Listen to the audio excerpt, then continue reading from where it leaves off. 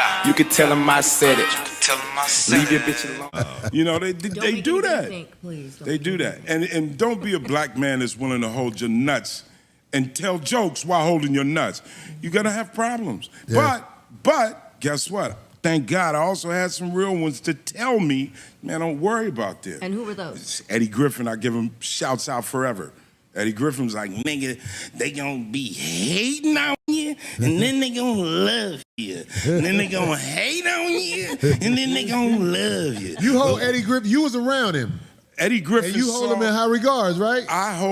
Listen, Eddie Griffin, and mind Give you. it to him, Freez, so people Eddie know. Griffin, I talk about him in my special too. Yeah. Yeah, Eddie Griffin saw me the first time I ever did this, ever. Not the first week, the very first time. And he was like, nigga, how long you been doing this? And I was like, this is my first time. He said, nigga, I don't mean the club, nigga, I mean comedy. And I'm like, this is my first time. He said, what? Nigga, you a natural. He said, I'm gonna show you the ropes. Nigga, I'm gonna show you the ropes. And he did that, didn't he? He did. He taught me a lot. I fucking love Eddie Griffin, man. Eddie Griffin taught me a lot, man. I fucking love Eddie Griffin, man. He taught me a lot. He taught me how to exit too.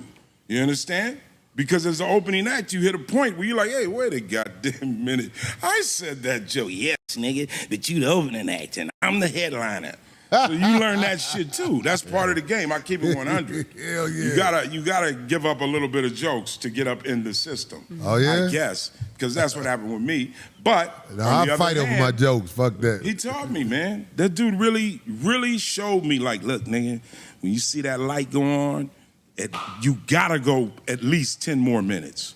Really? Do not get off at the light. Look at that. And that's why. Why? He says, because you're an artist. You cannot constrain art.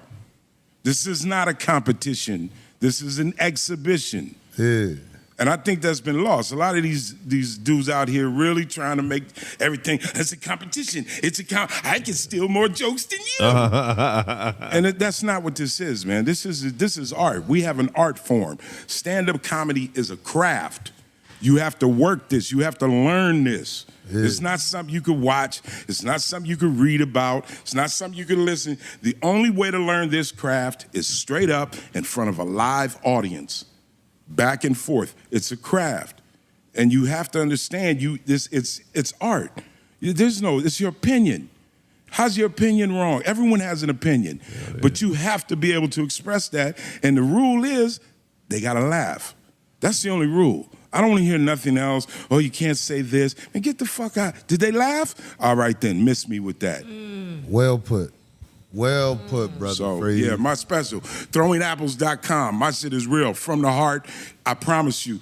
I'm just thankful off the feedback. Sure. People have been hitting me, telling me that real, like, hey, man, this was beautiful. Hey, homie, this nigga, you made me shed a thumb tear. Because it's real. It's not. Did you do it here? Well, you know I what? did. I shot it on Fairfax. Shout out to Fairfax and Supreme and that whole culture.